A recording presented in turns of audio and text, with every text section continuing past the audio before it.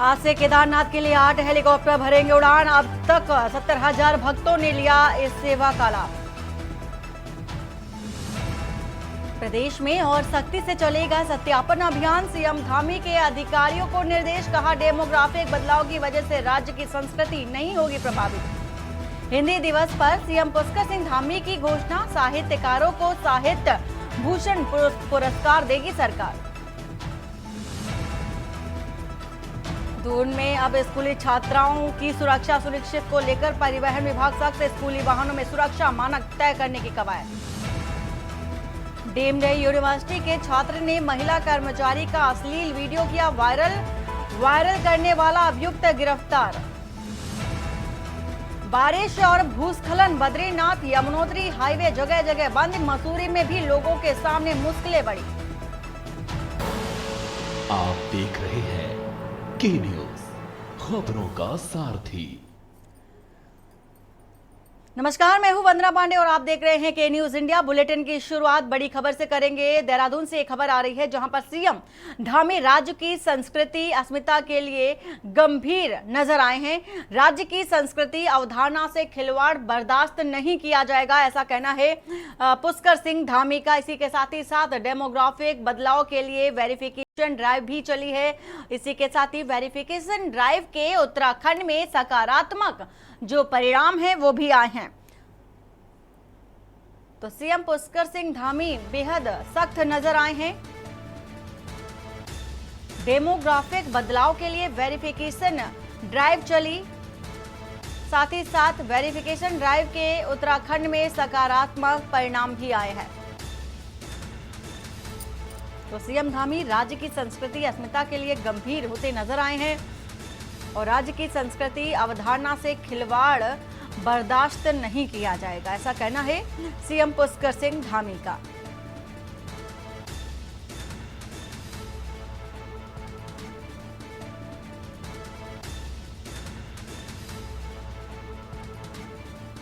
CM Pushkar Singh Dhami बेहद सख्त नजर आए। उन्होंने कहा कि राज्य की संस्कृति और अस्मिता के साथ खिलवाड़ बर्दाश्त नहीं किया जाएगा और डेमोग्राफिक बदलाव के लिए वेरिफिकेशन ड्राइव चली, साथ ही वेरिफिकेशन ड्राइव के उत्तराखंड में सकारात्मक जो रिजल्ट है वो भी देखे गए।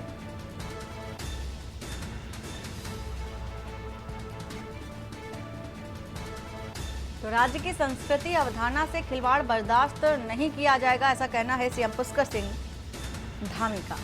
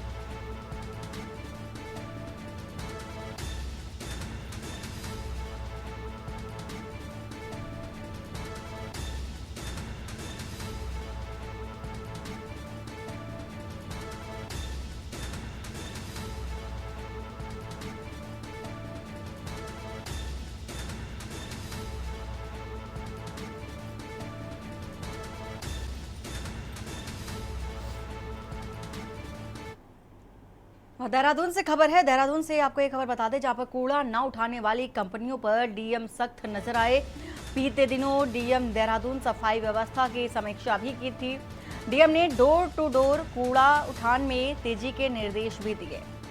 जिलाधिकारी के निर्देश पर नगर निगम भी मुस्तैद नजर आया है। तो देहरादून से एक खबर आपको बता रहे हैं, जिलाधिकारी की सख्ती देखी गई है। कूड़ा न उठाने वाली कंपनियों पर डीएम बेहद सख्त नजर आए हैं। बीते दिनों डीएम देहरादून सफाई व्यवस्था की समीक्षा भी की थी, जिसको लेकर डोर टू डोर कूड़ा उठान में तेजी के निर्देश भी दिए गए थे और डीएम के निर्देश पर नगर निगम भी इस दौरान मुस्तैद नजर आया।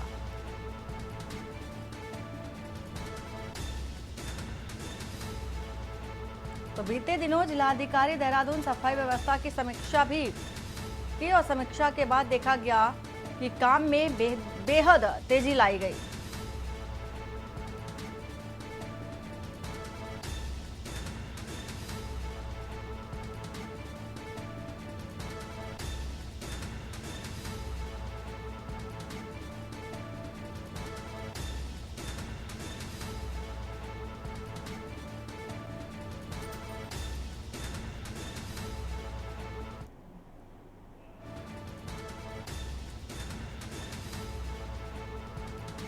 और उत्तराखंड में लोकपाल की नियुक्ति के लिए मुख्यमंत्री पुष्कर सिंह धामी की अध्यक्षता में बनाई गई समिति की 1 साल बाद शनिवार को दूसरी बैठक हुई, जिसमें लोकायुक्त की नियुक्ति के साथ एक सदस्य के नाम पर भी चर्चा की गई।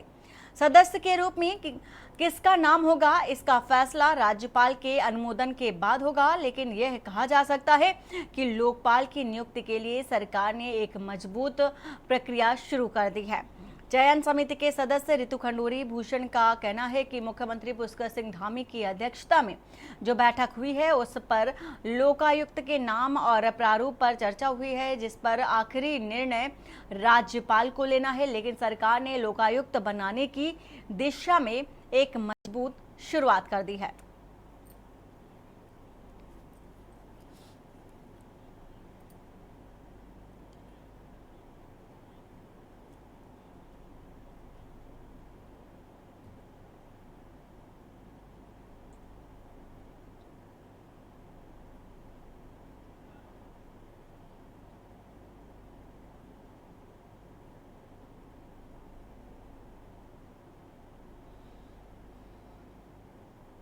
सीएम साहब के चेयरमैनशिप के उसमें एक बैठक हुई है, जिसमें मैं भी थी और हमारे जस्टिस मनोज तिवारी जी भी थे। एलओपी साहब नहीं पहुंच पाए थे, लेकिन उसमें हम थे और अफसरान थे, और उसमें अब ये प्रक्रिया शुरू हुई। लोकायुक्त को कैसे चुना जाएगा, कौन बनेंगे, किस तरह से बनेंगी, क्या समिति होगी, कैसी समिति होगी, कैसे समिति बनाई जाएगी, उस पर चर्चा हुई। और ये भी एक निर्णय लिया गया कि एक और सदस्य को इसमें लिया जाएगा। अब वो सदस्य जो है वो गवर्नर साहब के द्वारा अनुमोदित जब हो जाएंगे तब आपको पता भी चल जाएगा कि किस तरह से ये कौन है, क्या है, और उसके बाद फिर आगे फिर कार्य होगा। मतलब ये शुरुआत है। समिति जो लोक आयुक्त हम लोग बनाने जा रहे हैं, उसको उनको बनाने के लिए यह सरकार के माध्यम से ये शुरुआत कर दी गई है। एक महत्वपूर्ण बात है, उत्तराखंड में सत्यापन अभियान और सख्ती से चलेगा। और वहीं राज्य के मुख्यमंत्री पुष्कर सिंह धामी ने कहा कि डेमोग्राफिक बदलाव की वजह से राज्य के मूल स्वरूप और संस्कृति को प्रभावित नहीं होने दिया जाएगा। सरकार इस बात के लिए संकल्पबद्ध है कि राज्य के मूल स्वरूप से किसी भी कीमत पर छेड़छाड़ न होने पाए। राज्य के मूल स्वरूप की रक्षा के लिए सत्यापन अभियान चलाया गया था, उसके सकारात्मक परिणाम मिले हैं और अब सत्यापन अभियान को और सख्ती के साथ चलाया जाएगा।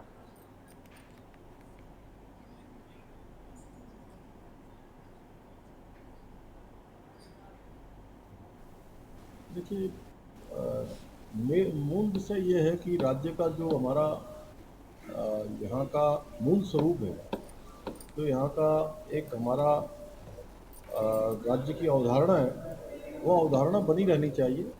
उसके लिए हमारी सरकार प्रतिबद्ध है, संकल्पबद्ध है कि यहाँ का जो स्वरूप है वो किसी भी कीमत पर खराब नहीं होना चाहिए। उसके लिए डेमोग्राफिक जो परिवर्तन हुआ है वो कहीं ना कहीं यहाँ की जो मूल संस्कृति है उसके साथ छेड़छाड़ ना हो, वो खराब ना हो।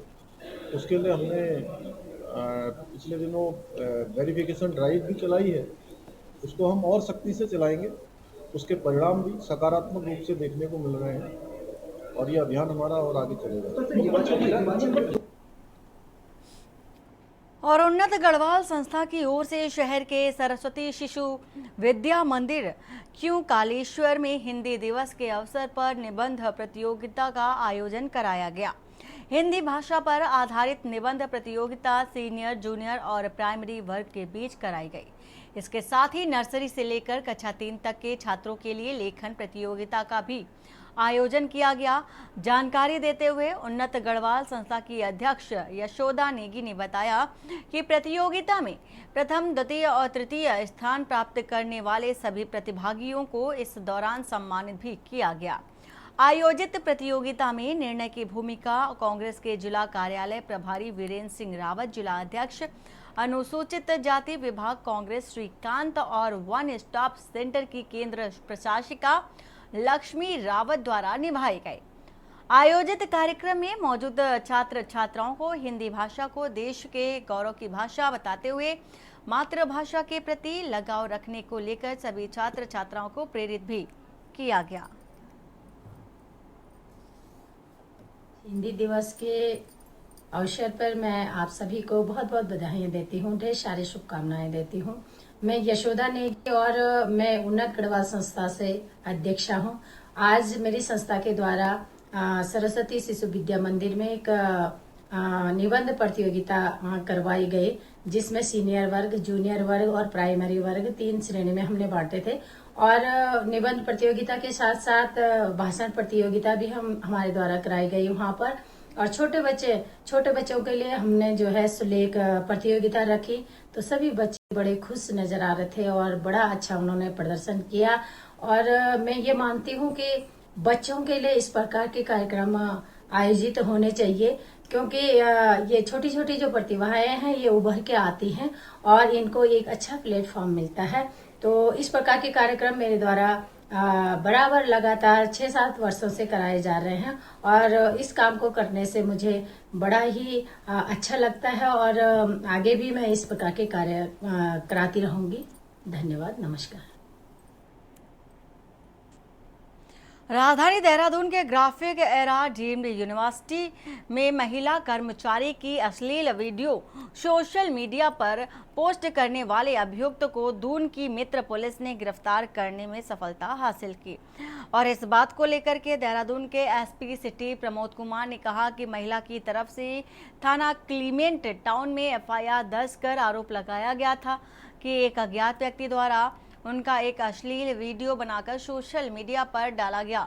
साथ ही उन्होंने कहा कि मामले में साइबर सेल और थाना पुलिस ने तफ्तीश की तो बिहार के निवासी अर्णव कुमार का नाम सामने आया, जो हरिद्वार के सिडकुल में काम करता था, जिसे गिरफ्तार कर न्यायालय में पेश किया गया है।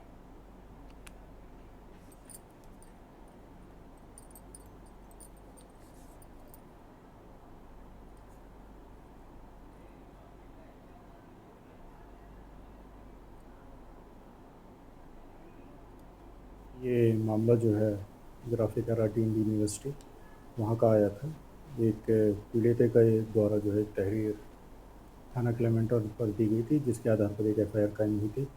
उसमें उनके आरोप ये थे कि एक अज्ञात व्यक्ति द्वारा जो है उनका एक मॉर्फ अश्लील वीडियो बनाकर जो है वो वायरल किया गया था। तो जो उनकी तहरीर के आधार पर एफआईआर पंजीकृत की गई थी और क्योंकि मामला अज्ञात था उसमें, तो उसमें साइबर सेल को भी इन्वॉल्व किया गया और हमारी फिर थाने की पुलिस के द्वारा जो है उसको वर्कआउट करते हुए उसकी तह तक जाते हुए अंतिम सोर्स तक, जहाँ से वो वीडियो ओरिजिनेट हुआ था, वहाँ तक पहुँचे और उसमें एक व्यक्ति का नाम निकल कर सामने आया, जिसका कि अर्णव कुमार था, मूल रूप से जो कि बिहार का रहने वाला था और आजकल जो है वो सिडकुल हरिद्वार में किसी फार्मा कंपनी में कार्यरत था। और यहाँ वक्त हो चला एक छोटे से ब्रेक का। ब्रेक के बाद जल्द हाजिर होते हैं। आप देख रहे हैं के न्यूज, खबरों का सारथी। ब्रेक के बाद आपका स्वागत है। स्कूल वैन और स्कूल बसों में छात्राओं की सुरक्षा को देखते हुए अब परिवहन विभाग सख्त हो गया है। पिछले दिनों स्कूली छात्रा से छेड़छाड़ का एक मामला सामने आया, जिसके बाद परिवहन विभाग ने स्कूली छात्राओं की सुरक्षा को ध्यान में रखते हुए अब स्कूली वाहनों में सुरक्षा मानक तय करने शुरू कर दिए हैं, ताकि घर से स्कूल तक छात्राएं सुरक्षित जा सकें। और जानकारी देते हुए संभागीय परिवहन अधिकारी परिवर्तन शैलेश तिवारी ने कहा कि हमारी कोशिश है स्कूल में अध्ययनरत तमाम छात्राओं की सुरक्षा को देखते हुए यह सुनिश्चित किया जाए कि छात्राओं के बैठने की जगह सुरक्षित हो। इस दिशा में लगातार कड़े कदम उठाए जा रहे हैं। शैलेश तिवारी ने कहा कि इस संबंध में एक बैठक भी आयोजित की गई, जिसमें छात्राओं की सुरक्षा को देखते हुए विचार विमर्श किया गया है।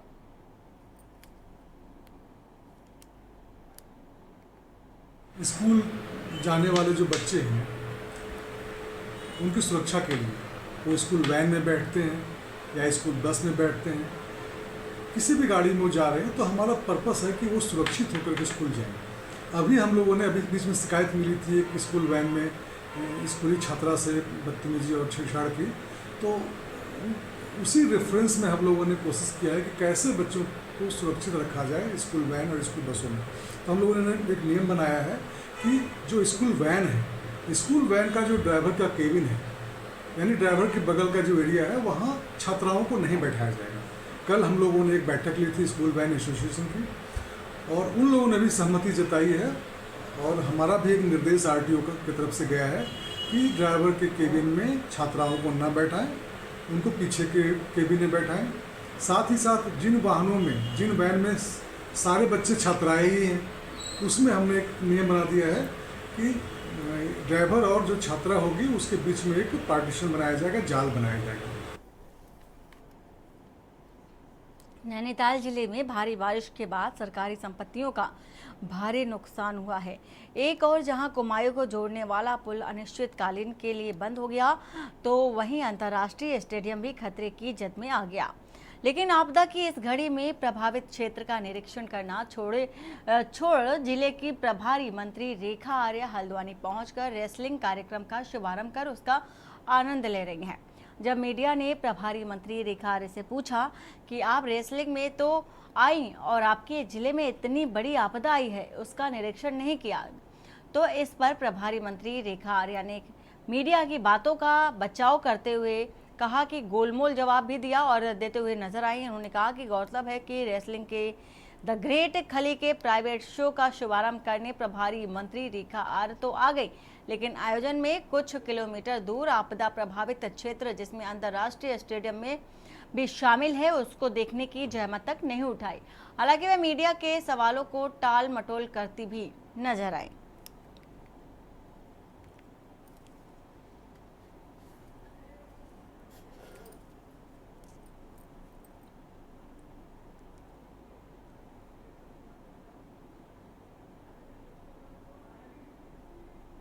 साथ में लगातार वार्ता हो रही है और जिलाधिकारी आपदा के निमित्त जो है लगातार बैठ के भी और लगातार उस पर जो प्रस्ताव बनने हैं उसकी भी तैयारी है। निश्चित रूप से निरीक्षण भी किया इंटरनेशनल स्टेडियम की बात की जाए, वहाँ पे देखिए आने वाले समय में स्वाभाविक रूप से उस स्टेडियम का उपयोग आने वाले समय में यूनिवर्सिटी का बहुत बड़ा हिस्सा वो बनने जा रहा है। University act, sports university act पारित हो चुका है, आप सबको संज्ञान में है, उसी का वह हिस्सा है। लैंड ट्रांसफर की कार्रवाई उस पर गतिमान है। हाँ, आप हम सबकी यही चिंता रही है कि विगत कई वर्षों से उसका उपयोग नहीं हो पाया, और आपने ये भी देखा होगा कि जिस समय मैं खेल मंत्री बनी उससे पहले स्टेडियम हैंडओवर में भी नहीं था। आप लोगों के लगातार संज्ञान में आने के बाद में उस हैंडओवर की प्रक्रिया भी हमने चालू करी, और उसके बाद से लगातार ऐसा नहीं कि वहाँ पे इवेंट्स नहीं होते, वहाँ पे लगातार इवेंट्स भी होते हैं। ये ठीक है, जो लाइमलाइट के इवेंट्स में अभी जैसे आप हम ये रेसलिंग का देख रहे हैं, इस प्रकार के बेशक नहीं हुए होंगे, लेकिन लगातार वहाँ पे बच्चों के प्रैक्टिस, बच्चों की वहाँ पर एक्टिविटीज़ वो लगातार होते हैं। खेल महाकुंभ हमने वहाँ पर किए। आने वाले समय के लिए भी नेशनल गेम का समापन भी हम लोग यहाँ पर प्रस्तावित किए हुए हैं। तो मुझे पूरी उम्मीद है कि भविष्य में इसका यूनिवर्सिटी के रूप में भी और एक्टिविटीज के रूप में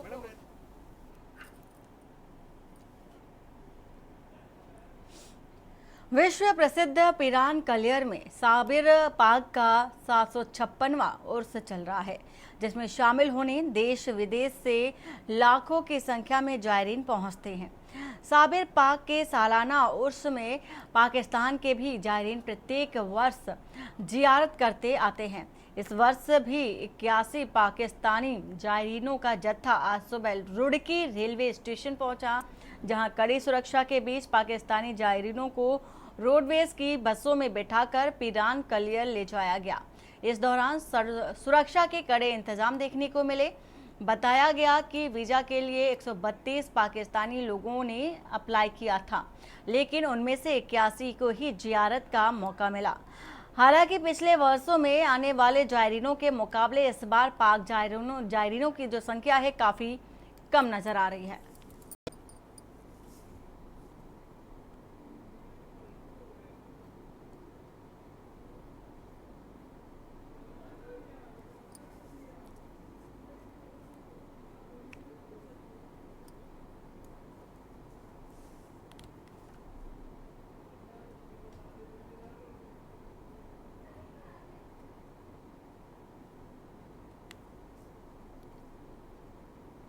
अभी 81 जायरे पहुंचे हैं। सुरक्षा के दृष्टिगत जो है कॉन्वॉय बना के इनको मूवमेंट के लिए कर रहे हैं, जैसे हर साल की तरह होता है। और अभी यहाँ से रुड़की स्टेशन से मूवमेंट होनी है। सर 132 को आना था, लेकिन बताया जा रहा है अभी जो भी ऑफिशियल जो भी परमिशन मिली होगी 81 लोगों की मिली है। पूर्व मुख्यमंत्री हरीश रावत ने भाजपा सरकार में मंत्री गणेश जोशी को लेकर बड़ा बयान दिया। कोटद्वार में पत्रकारों से बात करते हुए हरीश रावत ने कहा कि कैबिनेट मंत्री गणेश जोशी आय से अधिक संपत्ति वाले मामले में फंसे हुए हैं और इसके बावजूद वे दिल्ली और प्रदेश सरकार के चहेते बने हुए हैं। इससे भाजपा का जो असली चेहरा है वो उजागर होता है।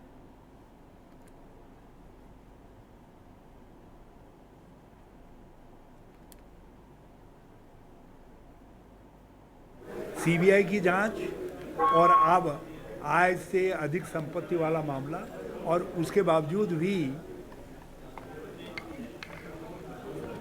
संबंधित मंत्री दिल्ली और देहरादून दोनों के चहेते बने हुए हैं। तो इससे लगता है कि ये जो भ्रष्टाचार का मामला है ये मिला जुला मामला है। इसमें अकेले वही नहीं है बल्कि और भी शामिल है। और बुलेटिन में फिलहाल इतना ही। बाकी की खबरों के लिए बने रहिए आप के न्यूज़ इंडिया के साथ। नमस्कार। आप देख रहे हैं के न्यूज़, खबरों का सारथी।